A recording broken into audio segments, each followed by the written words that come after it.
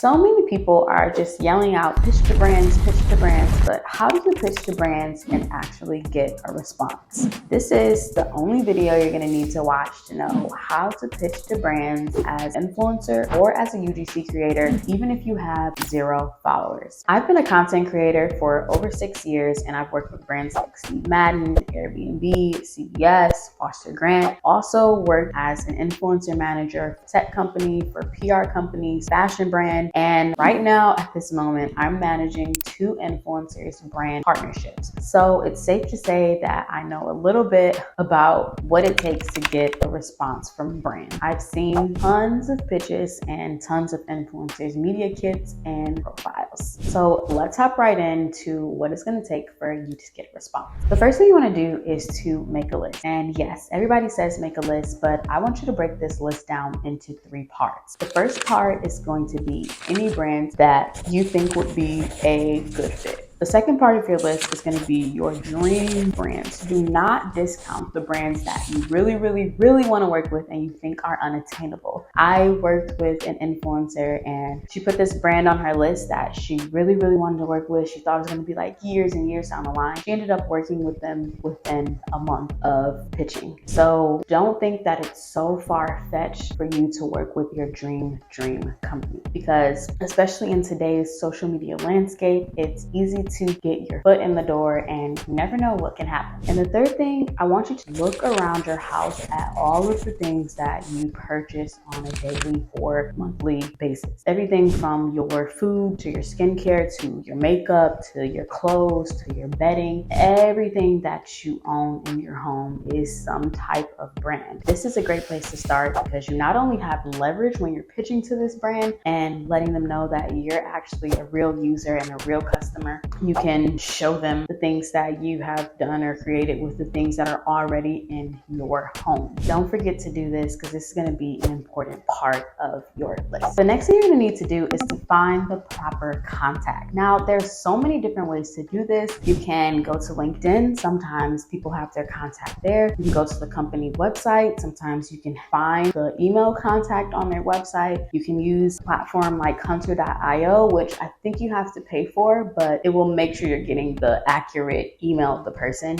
Or you can use Chrome extension called Clearbit, which just shows you the emails any brand that you look up. But here's what I found has been the most effective way to get the proper hand down, and that is to just DM the brand. I don't know why more people don't say this, but go ahead and just DM the brand and ask them who the proper contact is. I've worked as a social media manager and I know that people have sent DMs about partnerships and I can just send them the correct email of who to talk to. Don't be afraid to just slide in the DMs. Brands are working with so many creators and influencers these days. I'm sure they have a specific email for inquiries just like these. DM has been the most effective thing for me, but feel free to try any of the things I listed above in order to find the proper contact. So now you have the brand name, you have the contact, time to send your pitch. What do you need to include in your pitch to craft an effective pitch that gets you a response? The first thing you're going to need is your name and what it is that you do. If you're a videographer who works with beauty brands, or if you're a lifestyle and food blogger who normally works with these type of brands, or if you are a fashion girly who has a focus in sustainability, you need to include that in the first few sentences of your pitch. The next thing you want to include is info about your audience. Now, if you don't have a big audience, you can just ignore this, but if you do, you definitely want to include some statistics, demographics, engagement. Is your audience mainly male or female? Cities do they typically reside in? Just start giving out some stats because this is information that the brand contact is going to want to know. The next thing you want to include is why this is mutually beneficial for both parties. Brands are looking for partners. This is why you have to start thinking that you are partnering with the brand. We're linking linking arms with the brand. We're just not here like, give me some money, give me some product, and I'll give you a video. No, we want to be creating long-term relationships and partnerships, which is going to be so much more helpful in the end. It's going to help you have brands on retainer and just develop deeper relationships with these brands and people at these companies. Talk about why the partnership is mutually beneficial. This leads more into your audience, and like if you're reaching out to a brand who has a heavy focus on sustainability, just talk about why you like that, why this would be a natural fit and something natural for you to talk about, why you think that them collaborating with you could help their brand blow up, why you think your specific content would help them get more engagement. You got to start thinking of this as an actual partnership and not just like you pitching and trying to get stuff. Another thing you can add to your pitch is just any ideas you would have. If it's something very like unique and out of the box, I would definitely include that, because brands are always looking for people with fresh ideas, and it's definitely going to make us just take a second look at your pitch email.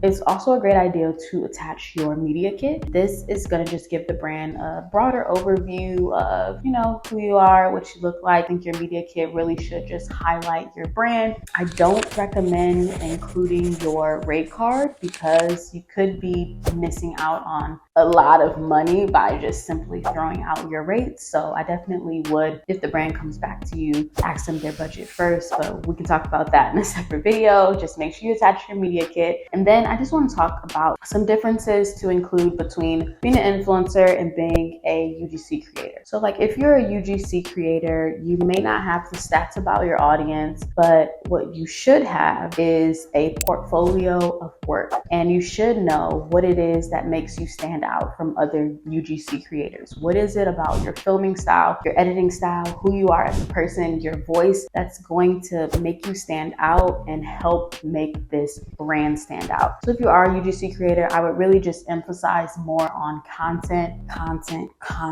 how great your content is, how your content can change and shape the brand. And if you're an influencer, I would definitely just be talking more about traction for the brand, sales, and how your audience would interact with this brand or product. So after you've sent your pitch email out into the ether and now it's on the brand, a lot of people just stop right there, but here's what I suggest: follow up. A lot of times I didn't get a response on the first email that I sent out. It may have been the second one or the third one. You don't want to be spammy, so I only recommend sending out 2 follow-up emails. I send one on like the 3rd day, just so they can know, like, did you get my email earlier in the week? And then if they don't respond after that, I send them one a week later. People are busy. These people are getting pitches every day. They're also working their job and doing all these things for this company. They may have missed your email. They may just need a little nudge or a reminder. And the other thing that I want girls to keep in mind is that sometimes we just aren't a good fit for the brand. That's why I don't recommend spamming them, because sometimes it's just not a match. They're not going to respond if they don't think it's a match, if they don't really like your work. I don't want you to get discouraged by that, because there are a lot of brands that would love to work with you, and then a lot of times brands that may reject you initially will circle back around once they see that you're popping a little bit and they come across your page or they come across the work that you've done.